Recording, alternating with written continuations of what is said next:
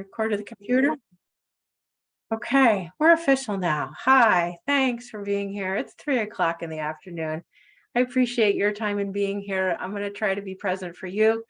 Um, and just in case you need to step away from the computer, this is being recorded. We do have transcriptions today available.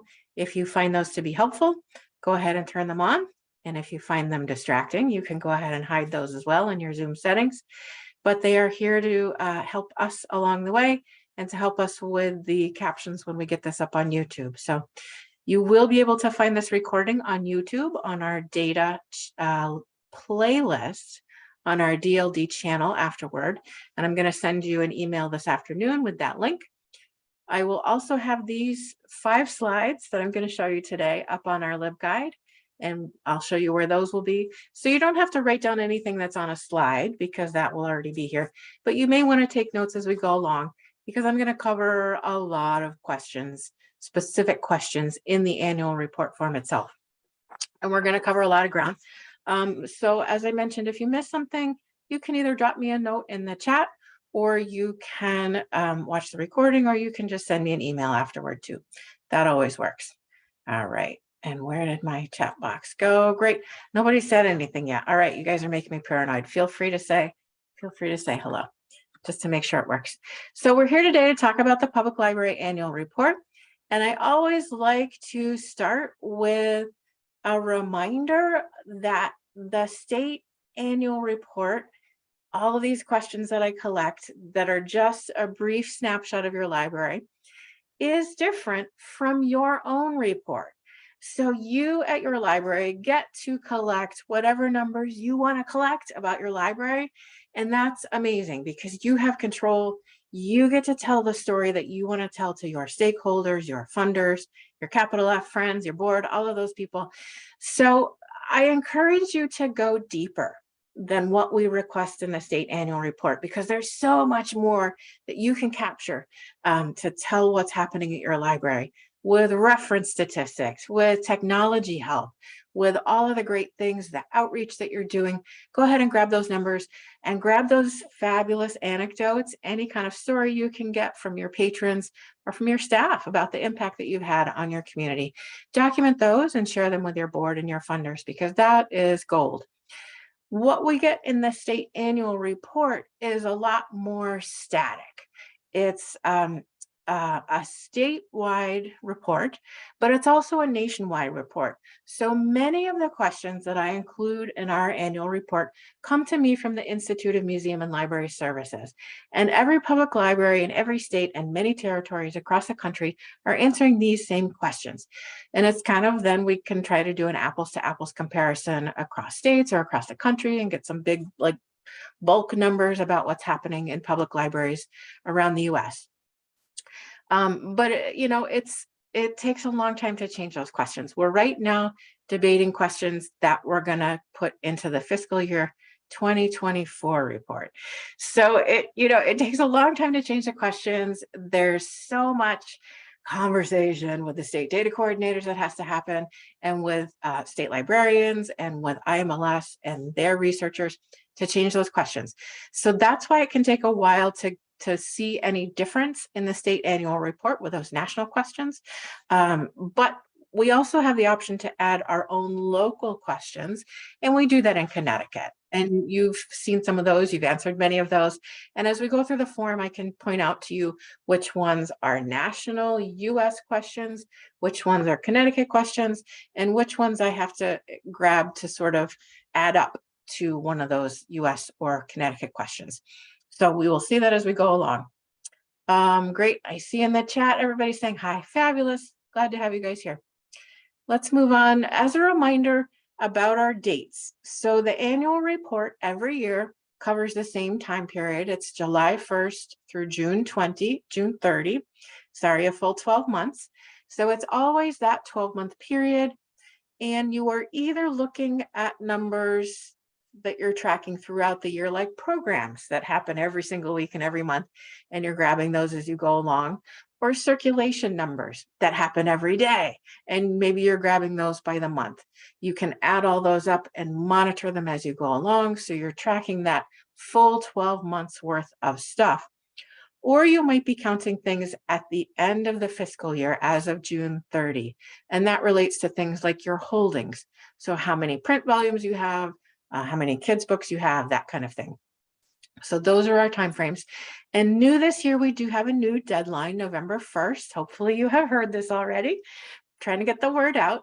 But November 1st gives me a couple of extra weeks to smush all the data and clean it up to get it back to you. Because I'm getting 177, maybe 178 reports. And it takes me time to go through each one because I am looking for consistency of answers from year to year, some answers that make sense in the context of your library. I look at them in sort of a data checker that I have and then kind of eyeball a few and might get back to you with some questions.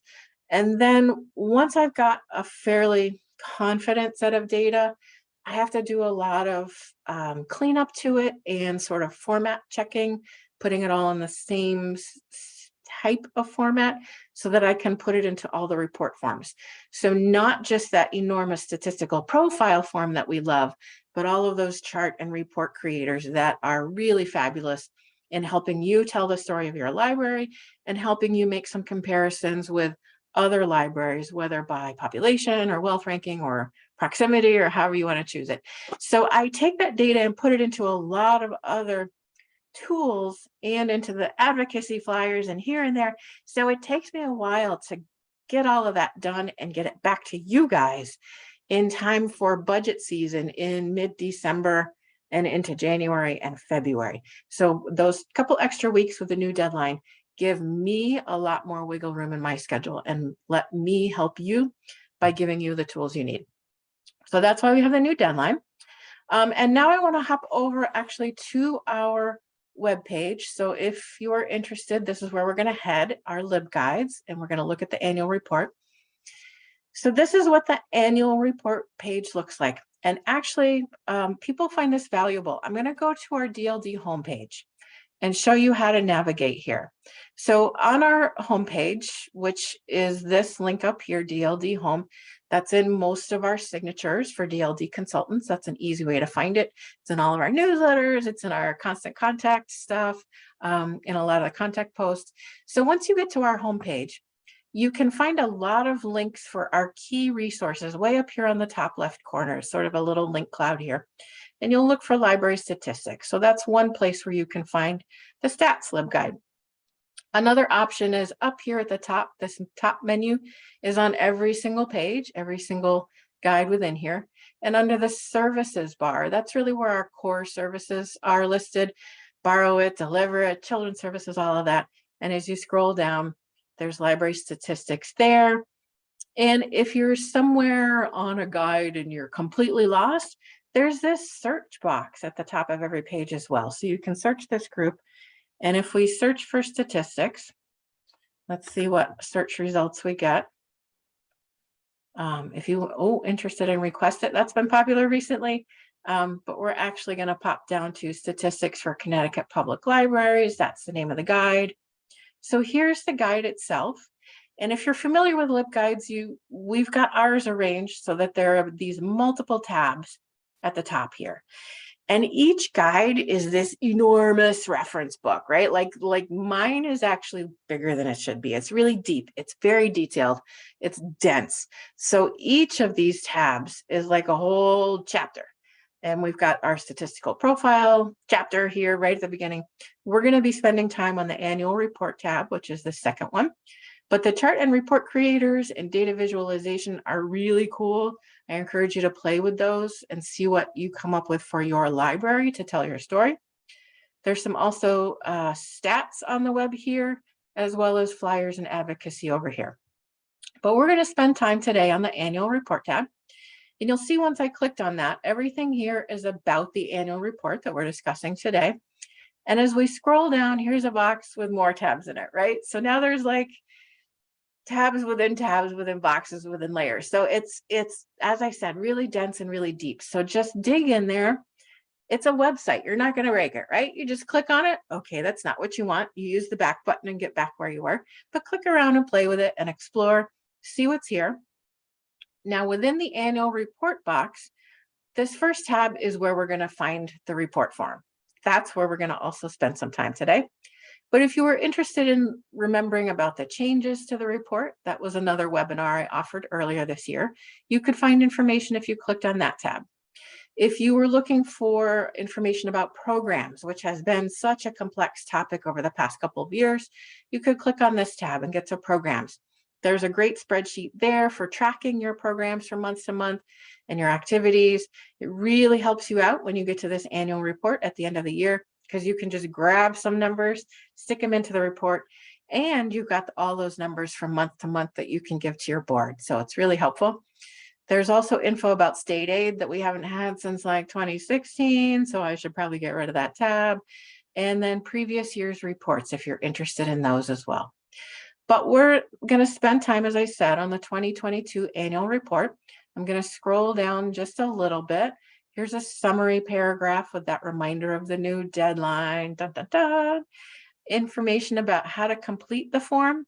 A lot of what we're going to talk about today is included in here, so that's there. And as we scroll down, here was information about the webinars. This data playlist right here. There's another link to get you over to our YouTube channel to see this recording later on, probably tomorrow. I don't think I'm going to get it up there this afternoon. It'll be tomorrow morning instead. Right here are the slides, the 5 slides that I'm showing you this afternoon, because mostly we're going to spend time in the form. Here's a short video, about 8 minutes, about how to use the form. It's just kind of navigating through the Excel file itself. That's useful, but we're going to cover it today.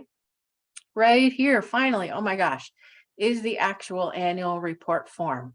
And it's in an Excel spreadsheet. It's large, may take a minute or two to download, but that's where you'll find it when you're ready to open it up. It's there. Before we do that, let's scroll down and take a look. There's a PDF here of the questions. So if you just want to run off a list of the questions to take a look at or to share with your coworkers ahead of time, it's right here and it's already formatted for you. You can just print that right off. Also, here's some instructions and definitions. These are also included in the Excel form, but this is a quick and easy way that you can print them off and refer to them or look at them or do a keyword search through them. They're all right there in that PDF for you. Here's another guide to complete the annual report. This is just a textual version of the 8-minute video up here.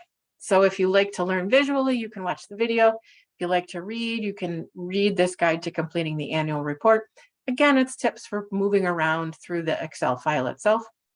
Here's some FAQs on library stats. Here's a checklist of more stats you could be keeping if you really wanted to dig into that. So there's a wealth of information right here on this page, ready to help you out with the form and with the report and getting it prepared for your library. So I'm going to click on that Excel link, go ahead and download it and open the file. So now that I've downloaded it, this is my copy. So anything I do to the form at this point is only for me. So I need to make sure that I'm going to save that, right? Anytime you download it, make sure you save it somewhere helpful on your computer, on your cloud server, wherever you save stuff so that you can find it. Make sure you save the file, because the worst case scenario is that you download it and start entering stuff and don't save, and then you lose your work. So nobody likes that. We've all experienced that in grad school and high school and middle school and college. So don't do that anymore. Just save it. Now, when you open up the file, you'll see it comes right here to the instructions page. You'll see down at the bottom, we've got 3 separate sheets within our Excel workbook, and we open it up on the instructions and definitions. And this will print in 9 pages. I never print it. I don't read it all. I use a keyword search. So it's helpful to do that. If you are searching for something in the instructions, let's try a Control F for find. And I'm going to look for reference, maybe I want to find the reference definition. That's here. Or if I want to figure out where to put my ARPA grant, I can search for ARPA and find right here through my keyword search that I'm going to put my ARPA grant income into question 8.6. So that's an easy, quick way to navigate around through the instructions and definitions. Always helpful. I'm going to head back up to the top. You know what else I want to do while we're here? This ribbon at the top kind of gets in my way when I'm showing things to you. So if I click on this little caret, I can collapse that ribbon and give us some more room. And down here at the very bottom, there's this little slider bar. And right now we're at 100%, but if I zoom that into maybe 110, 120, it's a little bit easier to see on a computer screen. So those are some options for making it easier for you to read as you're working in the Excel file. But looking at the instructions here at the top, there's a reminder about the new deadline, a summary about some of the changes this year, more reminders about how to use this form. You do have to answer all the questions. Some answers are pre-filled. So I encourage you to read through all of this, especially if it's your first time doing the report. It'll give you some good tips and some good background info. And of course, my contact info is right here. It's also on the survey page. It's also on the LibGuide page. So you can always find me if you have questions. But I do encourage you to look within the instructions and definitions and within the form itself to find information. Because my predecessor, Tom Newman, and I have really tried to answer a lot of questions within the instructions and definitions. So give it a shot, see if your answer is already here ready for you. Do that Control F to locate the keyword that you're looking for. Now, let me see. I have a whole script because I have so many things that I want to tell you today. We did that. All right. So let's hop over to the survey form, which is the second tab right down here. This is where all the good stuff is. First, let's take a look around and navigate kind of through this page to see what it looks like. Let's see, this very first column right here where it says US and CT, that's a new column last year that I added. So you know where this question comes from. Is this a national question from IMLS that everybody in the United States is answering, like all of this contact info? Or is it a Connecticut specific question that we ask to gather information for our own purposes in Connecticut? Things like your director's name and email address so we can communicate with you, non-principal information. And as we go through, you'll see some examples of US and CT. And as we scroll down, you'll also see an F. That was kind of the best short, like 1 or 2 letter abbreviation that I can think of to serve as a feeder question. So these questions feed information into a larger US or Connecticut question. They're little building blocks that I use to get to a bigger place. And often these feeder questions help me give you back those really cool reports and chart and report creators. So that's why we maintain a lot of those more granular questions in our report. It helps you guys out in the long run. Okay, over on the right, which I can't see because I have all my boxes in the way. So we've got an answers column right here where you're going to type your answers. It goes in the answers column, not in the question needs answer column, right? So question needs answer is kind of your visual cue to remind you that you need to fill in an answer. But you will actually be clicking in the answers column. Often people will contact me and say, Maria, I don't understand. I'm trying to click and type and it won't let me, and it gives me this terrible error message. And usually it's because you're trying to type into a cell that has been locked. You're not supposed to type there. So make sure that you're typing in the answers column. You'll also see that we've got last year's answers here, all kinds of great info there, and then last year's answers as you scroll over. And then as you keep going, there's a column here for your notes. So this is a place where you can keep track of how you found this answer. Did you ask a specific person or department head? Did you combine numbers from certain reports that you put together? Or if it's related to your databases, maybe you counted this number in one database and the other number in another database, but it's a place where you can keep track of how you got to your answers. This is for you, but it's a way to be kind to yourself next year and be kind to whoever comes after you, just to keep track for your internal purposes about how you come up with this number. I don't care what you put in that column. I don't look at that column. You can call me names in that column. You can do whatever you want. I don't care. It's really for you guys. So make sure that you're saving that information and you're saving a copy of this report on your own hard drive or your own cloud drive so that you can recapture that information next year, right? So it's like going back through your binder next year. Where did I get that answer? Oh yeah, let me look there. And you can find that paper trail, that information trail, breadcrumbs for yourself.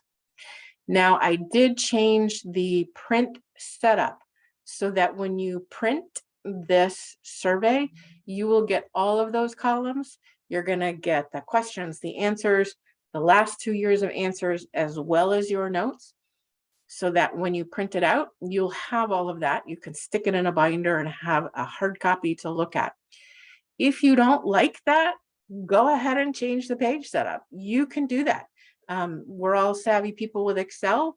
Anytime you want to print something, you just change the whatever the choices are up here in page layout. You're going to change your print area. And when you go to print, you can change the print size and you can change the folder, the paper size, however you want to do it, right? You can do that. It's Excel. Go ahead, rack it on and do whatever you need to do. So it's right now formatted one way. You just change it if you want to. Yep. All right. That's all I wanted to tell you about that part. And we're going to play around.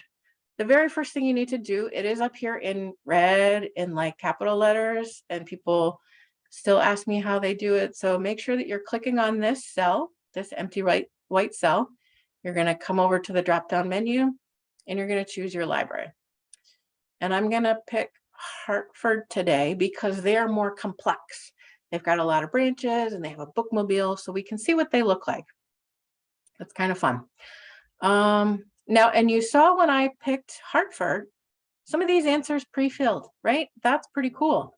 So a lot of contact info remains the same from year to year, but if you need to change it, you can just type over it. Easy, easy. If your answers are different, go ahead and just pick something different. You can certainly do that. And you'll see right here, this question needs answer column is reminding you, you have to type something in there, or you have to choose from the drop-down menu and select an answer, and then your reminder goes away. So that's how you answer those questions. There's a lot of comments, and they're very subtle. So you see this tiny, tiny little red corner in the question. If you hover over that question, an extra box will pop up and give you more information about that question. It's a very subtle visual cue in Excel, and I find it unfortunately too subtle, but it is there, a little flash of red. So just hover there and see what that extra information is. It will probably help you out as you're answering that question. For instance, the square feet of your main library. If I can scroll up a little bit, you want to include area on all floors, enclosed by the outer walls of the library building. So if you're a little curious, that's where you can find more information. These drop-down boxes I demonstrated are very useful. There's that message, choose from the drop-down menu. This gives us a controlled vocabulary so that I can sort your data in a more consistent way.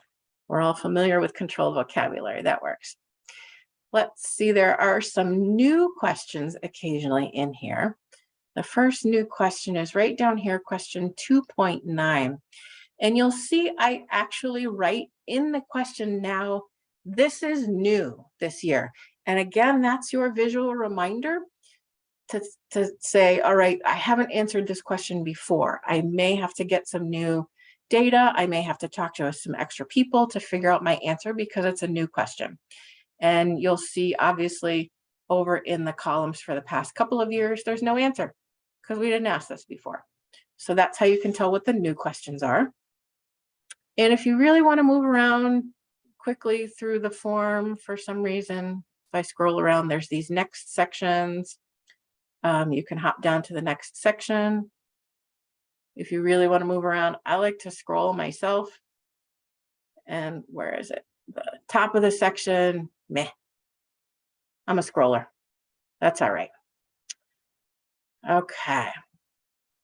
So then as we also look around, these blue shaded cells are sums. So there's a calculation built into that cell to automatically add up some of the other cells. You cannot change a blue cell. So see when I click on that, if I look up in the formula bar, you can double check and see what cells are getting added up here. And it will remind you here in the question itself. So if something is wrong with a blue shaded cell, let me know. There's a comment box at the bottom of the form where you can enter that information. Okay, so let's head up to the top and talk about some specific questions. On my list, these questions about director. We've had a lot of turnover in directors and people preparing the reports over the past year or so. In this information, you want to put whoever is your director or your acting director or your interim director, whoever's in charge of your library, as of the date you submit this report. So not as of June 30th, but as of the date you submit this report, who is in charge of your library? That's who you're going to put there. And Janice, hopefully that answers your question. So in question 1.2, square feet of main library, we did talk about this. For libraries that apply for E-rate funding, this number can be important if you get category 2 funding. That's a whole complicated, detailed thing. So if that applies to you, talk to Chris Gavreau in the Division of Library Development, and she can help you with that. But square footage actually has significance beyond Connecticut, if you're into that. I'm going to scroll down now to the very last question in section 1, which is tell us something your library did that you're proud of. This is a big open-ended question. We added it last year and people gave us some really fabulous information. I had like 16 pages worth of answers that you sent me. It can be a word, a sentence, a story. Hopefully it will be something edited so that I can use it in print. I don't have to edit it too much, but tell me something you're proud of. You can also send me photographs along with your report. You can attach extra JPEGs if you want to do that. But I love to get this information. And last year, what we did with it was we used it to kind of fill out some press releases or some articles where we had talked about our library stats and what was happening statewide in Connecticut with public libraries, lending of hotspots and computers, circulation, all the great programs you were doing. And we could actually take specific answers to this question and give them to the reporters for more information about what libraries had done in the past year that they were proud of and had done good things for their community and their patrons. So give me something good here if you wouldn't mind. Those are really fun. Okay, I'm going to scroll down to section 2. And you know what? I'm going to make this a little bigger too, so I can see it a little better. There's little section headers right up here at the top. So section 2 is about library services. And you'll see there's a reminder here about the dates of the fiscal year. So if you just need a little check, okay, am I covering the right dates? It's usually here at the top of the section to remind you. Now in question 2.1, we're interested in hours when your library was physically open to the public. So the doors were open, people were coming in, these were posted hours. You're not going to be counting hours when the staff was in the building, but you weren't open to the public. So that might be, say, for instance, your staff shows up at 9 o'clock. That's when the workday starts, but the building doesn't open until 10 o'clock. Great. You're not going to count that first hour as a public service hour, but I know you were working really hard. But you're going to count the remaining hours when you were open to the public for the rest of that day. So that's how you add those up. And likewise, question 2.2 about the number of weeks your building was open to the public. Again, your doors are open, people are coming in. If you were only doing curbside service, so if you were only offering service outside the building and people are not coming into your building, in that sense, your library is not open to the public. So you wouldn't count those weeks. And I don't think that was a real thing so much this fiscal year. I think we're kind of beyond COVID closures in this fiscal year. But it could have happened. Say, for instance, you had a water main leak in your building and the building was closed to the public for 2 weeks while you worked on that, but you were able to continue curbside service. Your building would be closed for 2 weeks. And so that's, you would say your number of weeks open was 50, because there's always 52 weeks in a year. Sometimes I have to remind people 52 weeks in a year. That's always a good thing to remember. Question 2.5, total annual library visits. This is the number of people who came into your library for whatever purpose. Can include the water delivery person, the copier repair person, all of that, people who came into your library for any purpose. You count them in your door count or your visits. This does not include people who came to curbside or locker service because they didn't come into the building, right? So you're only counting people who walk through the door and step over your threshold and come into the building. You're also not counting anybody who uses, for instance, a drive-through window because they didn't come into the building either. However, we have other questions in the annual report where you can keep track of those transactions and those people. So please do that. It's great to know how many people are using those services, and you can track those people separately from your annual visits. All right, now I want to talk about this question 2.6 about the total registered resident library users. So basically, I'm looking for the number of people who have library cards and are town residents as of the end of the fiscal year. This is harder than it seems for some people. Make sure that you're not counting any cards that expired in the last fiscal year. So you're going to run a report in your ILS and make sure that you're getting people who have not expired and who live in town. That's going to be the number that you report in question 2.6 right here. Now, as we scroll down a little bit more, 2.13 about Wi-Fi sessions. As I hover over it, you can see there's a nice big note here. And if you're looking at it on a larger screen, you'll be able to see it all. We're looking on my tiny screen right now and I'm zoomed in, so we don't see it. But in terms of Wi-Fi sessions, I would love to have more libraries reporting this number because everybody's doing it, right? Like, especially in the pandemic, everybody was really expanding Wi-Fi service and offering more. And you're providing access for people 24/7 in a way that you can't do in your physical building. And I would love to have more people be able to count that and show that number in their report and be able to show how that number changes over time. I can tell you the number of physical computers in libraries is decreasing. The number of uses of those computers is decreasing, probably because people are walking in with their own gadgets and using your Wi-Fi. So let's start counting the Wi-Fi sessions so we can show the impact of that service as well. Now, I also want to talk to you about reference transactions. Oops. This is like one of the sad stories of the annual report. There's only one question in here about all of the reference work that your library does. Some libraries may have enormous departments that do reference like intensely, and we only ask one question about how many transactions you counted over the entire year. Make sure that you're not counting any directional questions or policy questions. And if you hover over and read the note, you'll see what that means. And you can also go back to the instructions and definitions page and read more about reference transactions and what those are. But you'll note they are not platform specific, right? So it doesn't matter if somebody is walking in and talking to you face to face, if you're doing it over the computer by chat or by text or by email, whatever's a reference question is a reference question. So make sure you're counting all of those. As we scroll down, if you happen to have branches and or a bookmobile, make sure you're clicking on this link to hop over to another sheet. And we're going to click on that now. And that just jumps me over to the third of my 3 tabs. And if I had info about a bookmobile, I would type it in here. I would update the info about my branches in here.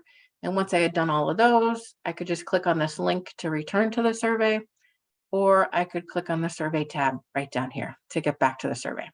But please make sure if you have multiple locations that you're entering the information for those as well. Okay, programs.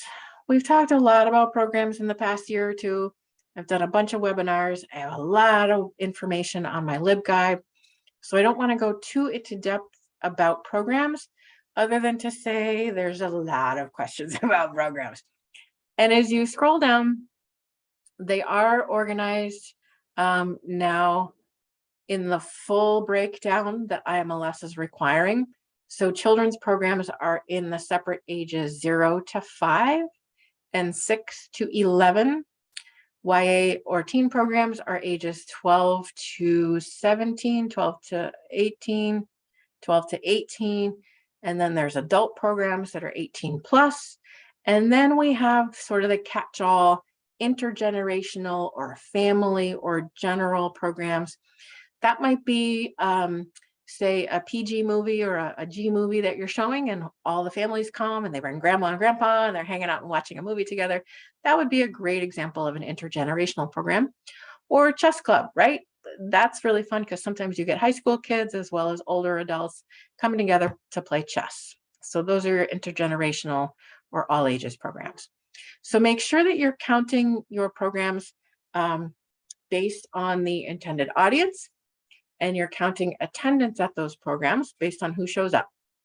So for instance, if I scroll up here to the children's programs, you're doing a story time in person on site for children ages 2 to 3. That counts as one program.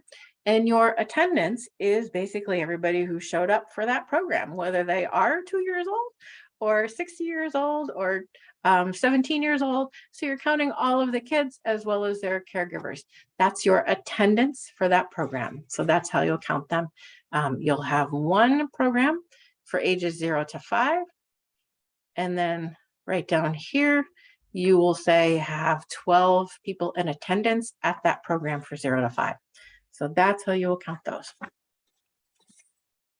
What else do I want to tell you about programs? Oh, I added this coloring, and I don't know if this is going to be helpful to you or not. It sort of made sense in my brain when I was doing it, but these colors in the headers here match the colors in the program tracking spreadsheet.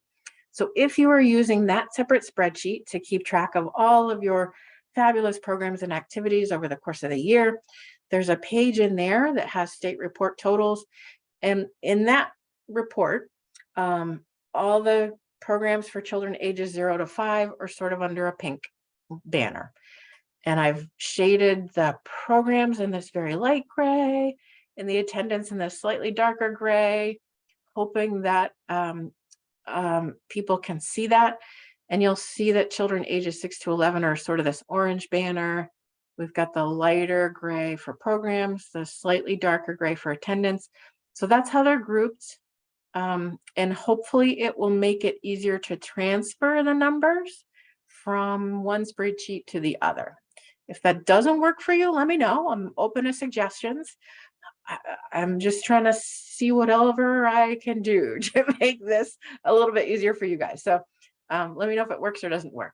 But those are some kind of visual helpers, hopefully helpers that will help you with the numbers. What do I want to say as we scroll down? Blah, blah, blah. It goes on forever. All these blue boxes will total up for you. So this is really what IMLS is looking for, is these big numbers. But in order to get them all the big numbers, I need all the small numbers. So that's why we have to be so granular and so annoying with it. Here in Connecticut, we also have all of these self-directed activities. So you'll see these are Connecticut specific questions because you guys are doing really, really cool stuff with activities. The take and make kits, the story walks, all the wonderful things that happened during the COVID pandemic. that you were offering, we can count those under activities and participants in activities. So please use those. Okay, we're done with programs. We're going to hop down to section 3 about collections. What do I want to tell you here? There are some instructions, some sort of helpers in the collections and in the different sections here. So make sure that you're reading those reminders as you go along. I'm going to scroll down quickly to question 3.18 about your databases. Oh, there's a whole nother pop-up note. Oh my gosh, they just go on forever and ever. But you'll want to make sure that you're including databases like your newspapers, Consumer Reports as a database, and your electronic collections like Reading, Freegal, Hoopla, IndieFix, Flix, Gale Virtual Reference Library, all of those. So databases and electronic collections, if you subscribe to them separately from the state, go ahead and enter them in here numerically, however many you've got. And then if you keep stats on how often people are using those and getting successful downloads, go ahead and give me a number there. I can tell you the questions about electronic resources will change in a couple of years. So I'm not getting really detailed right now about all of the numbers we're collecting now because they're gonna change. So just give me what you can give me. If you can't give me anything, that's okay. Totally okay. So let's hop down to section 4 about circulation. A little more reminders here. But if you're part of a consortium, they should be able to help you with this, right? This is one of the things that you are paying membership fees for. So make sure that your consortium is on board.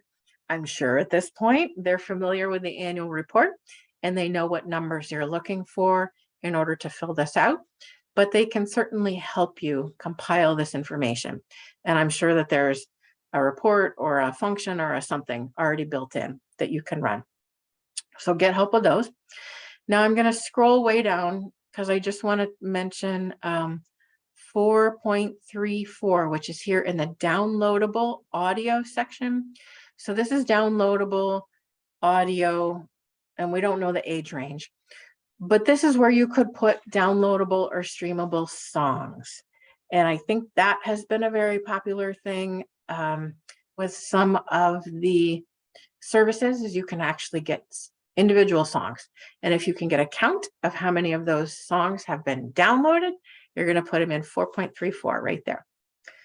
Let's also hop down to the Simply E and Palace checkouts.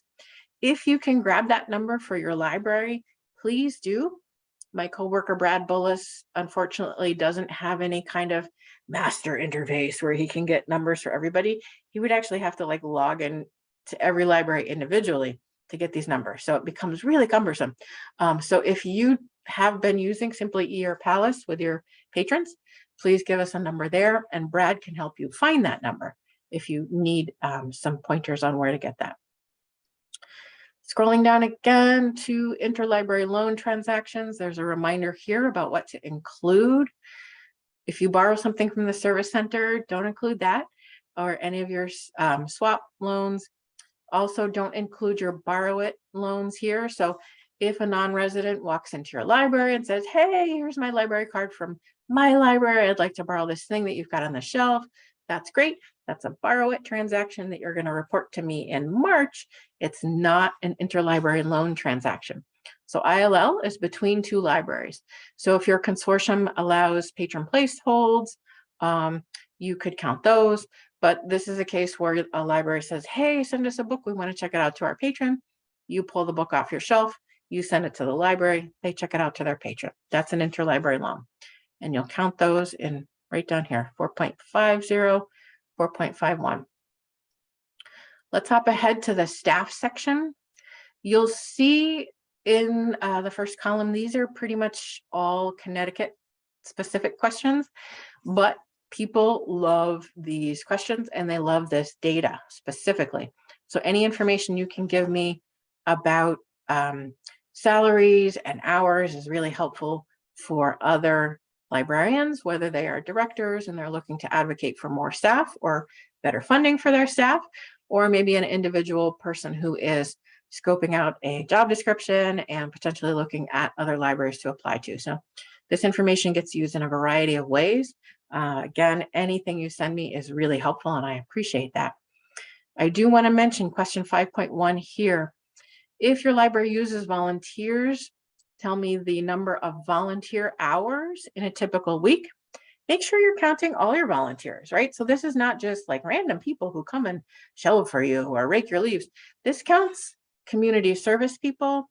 So whether it's a high school kid who needs community service or somebody who is doing community service in lieu of a fine or probation, that's volunteer service, right? Like, so anybody who's helping your library that you're not paying is a volunteer. That includes board members, committee members, capital F friends, count them all, right? So anybody who is helping your library and not getting paid, go ahead and count those hours. Give them all the credit. Now, as we scroll down a little bit, questions 5.11 and down, this area about current salary or salary range, that's as of the time you're filling out this report. So current actually in this context means today. So whatever you're paying somebody today. And sometimes people ask me, this one, you know, I'm asking about a children's librarian or maybe about a reference or adult services librarian. And they'll say, does that mean the department head? Does that mean like the new person we hired? Does that mean like one of our children's librarians? What do you mean by that? And I usually say, well, based on the numbers you gave me over the last 2 years, what does that mean for the context of your library? So if you choose to pick a department head, put that in your notes column, right? Use the department head.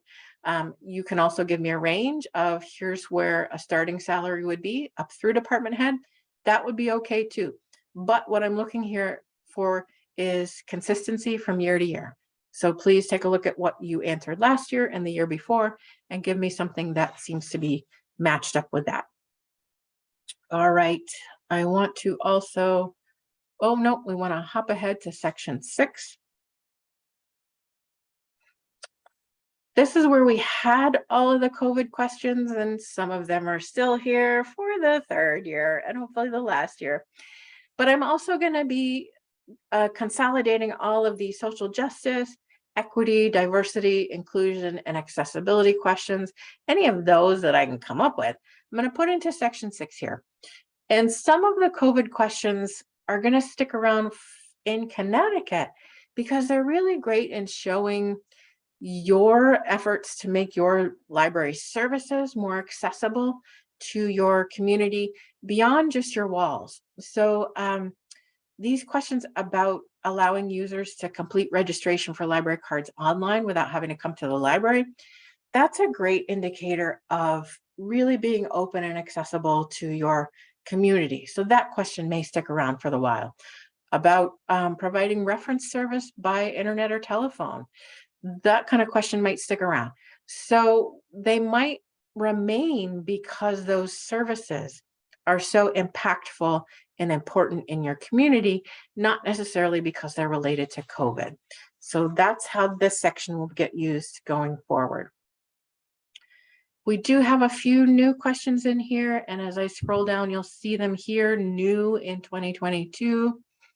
This one is an IMLS question asking if your library charged overdue fines to anyone when they bring their physical print materials back late. So that's hopefully a quick yes/no question. There's a drop down here, and we'll have a control vocabulary yes/no answer. So those are there. Going down to sections 7, 8, and 9. 7 and 8 are about your income. 9 is about your expenses. Sometimes they don't match, right? Like what you spend doesn't always match what you brought in. And sometimes they don't match what your final numbers are. And that's because we're asking for numbers in a different configuration from what you're probably putting in your own library's annual report or your financial reports to your funders and your board in your town. So just smush the numbers in here, however you can make them work. I just send them on to IMLS. I don't actually use them for much of anything. So just do your best here as you're doing the operating income and the expenses. There are the little pop-ups here, so you can see a little more information about what those are. But you will be counting both your income and expenses in the year in which they happen, right? So income that came in during this 12-month period and expenses that actually went out during that 12-month period. You may have had an appropriation approved, but if the money didn't get to you for 3 years later, you should really count it in the year in which you received it. So please keep that in mind. I want to remind you again about the ARPA funding. So if you got an ARPA grant from the state library and you didn't put it in your report last year, then you'll need to put it in your report this year. And that goes right here in question 8.4. And you'll identify the source here. It's just your ARPA grant. That's a great place to put it. What else do I want to tell you? Friends are fabulous, capital F friends. So there are a couple ways where the friends can help you. In some cases, they may just give you money, right? Like they say, we had this fabulous book sale, we're cutting you a check for $10,000 here. That counts as income. And you're going to count that right here in question 8.12.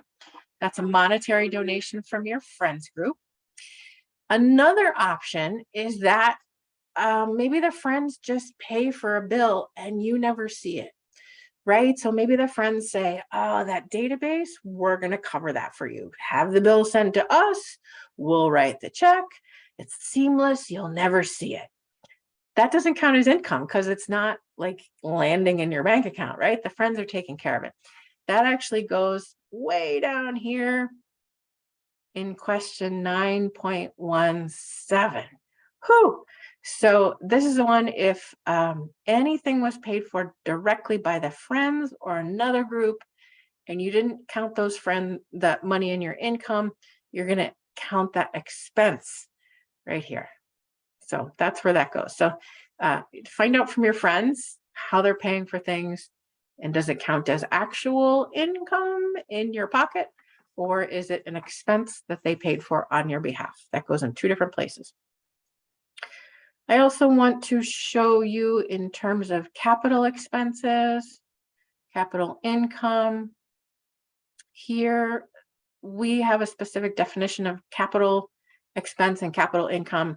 And for the purposes of the annual report, I'm going to scroll down to the capital expenses questions so we can see what the pop-up are. This is really major capital expenditures. If you're purchasing property to build a library on, if you're building a new building or adding to your building, library automation systems, bond payments, new furniture or books for a new library, those are capital expenses for the purpose of the annual report. So be careful as you're thinking about how your library or your town considers things, and try to put it in the right places for our annual report. And that's why sometimes the numbers don't match up, but capital expenditures are a little tricky sometimes. What else do I want to tell you? 9.10, right here, computer hardware, software, systems, telecommunications. Basically anything that has to do with your computer system, your IT, your public access computers is going to go in there. So that includes Envisionware, Constant Contact, website design, lump it all in there. That's going to go in 9.10. Those are some questions I frequently get. Where do I put Constant Contact? Also, I want to show you, finally, we're at the end. Section 10, completing the survey. This is the easy part, right? You just get to put in your name, title, all of that good stuff for the person who completed the survey. Question 10.5 is one of the most important ones. You must certify, yes or no, that the library director has seen the report and confirms its accuracy. If you say no, I'm going to just send this back to you and say, that's weird. Make sure that's yes and send it back to me. So that has to be a yes. And then this yellow box at the bottom has to be 0. If it's not 0, if there's a number still in here, that means you have an unanswered question. And you can look at this column for question needs answer. And that's a quick and easy way to eyeball which question still needs an answer. So make sure you take a look at that. And then as we scroll down, Here's a reminder in red. Make sure you're answering all the questions. Here's the comment box at the very end. So if you've got something else you want to tell me, anything that was weird about your form or anything unusual, just drop it in the comment box. And I do take a look at those every single time. So that's another way to kind of grab my attention, is to drop information in there. Okay. We're going to hop back over to our PowerPoint so that I can give you a couple more pieces of advice before we head out. Thank you for sticking around with me for an hour. That was a lot of information. As I mentioned, feel free to drop me an email or a telephone call if you have questions. Again, the recording will be available to you probably tomorrow. So if you have questions, be in touch. But my advice to you at this point is please don't wait until the last minute to start on your annual report, because it does take time to compile all of those numbers, especially if it's your first time, because you're learning new systems at your library or you're figuring out which people to ask for help. So please go ahead and get started. If you wait until the last minute, as we have seen, sometimes life happens, right? And COVID happens, and broken legs happen, and who knows what. So please don't wait until the last minute. Also, reminder to use that notes column to remind yourself how you calculated a number. And that's going to help you recreate that number next year when you come back to it. I encourage people to be consistent from year to year and accurate. So that means looking at the question and the definition and the instructions, really trying to understand what that question is asking for, and then providing an accurate answer to the best of your abilities for that question. So, for your door count, that means as much as possible, strive for an accurate door count. I've heard from a lot of libraries that purchase new door counters that those counters are a lot more accurate than their kind of hand guesstimates that they were doing. So please try to be accurate and try to be consistent from year to year. So if you interpret a question this way this year, please interpret it the same way next year so that you are giving me consistent data from year to year.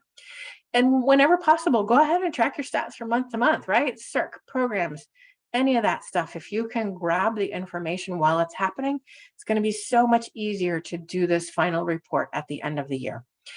And help distribute it, right? Like find other people who can answer some of this for you. If you have circulation staff or reference staff or collection management people, finance people, grab them and include them in this process. If they have not been to this webinar, please fill them in about all the tips and tricks that you have learned about the instructions, the definitions, how to navigate through the form, the pop-up boxes. Go ahead and fill them in, give them the questions ahead of time. Let them know that in the form they can find last year's answers and 2 years ago. That often helps a lot of people. But distribute the workload wherever you can. If you do get stuck, as I mentioned, there's a lot of information in the form itself, in the definitions, in those comment boxes. We tried to prepare you for success, really. So go ahead and use Control F or read through or somehow try to find that information to answer your question. And my final bit of advice is that the final data you send me and that I send back to you is only as good as I get. So this is where we go back to accuracy and consistency of your counting that comes to me, so that when I feed you back all of this data in the chart and report creators and the statistical profile, that it makes sense from year to year. Caveat, there's often kind of a reset when a new director or a new department head comes on. They will look at the old report and say, I have no idea where those numbers came from. And I say, that's okay. Do your best right now to read and respond to the question accurately based on what your methods are right now, what your library is doing right now, and keep track of how you came up with that number this year so that you can be consistent next year, right? That's what we're headed for, consistency from year to year. And I'm going to hop down here to my contact info while I scroll back through the question. Okay, Chris says you're going to be rejoining LCI and will no longer be a standalone site. Not sure how the transition will affect your responses. Yeah. So what I would recommend is grab all the information out of your Koha site that you can before you leave there. So that'll be your circulation numbers and your patron numbers at that point.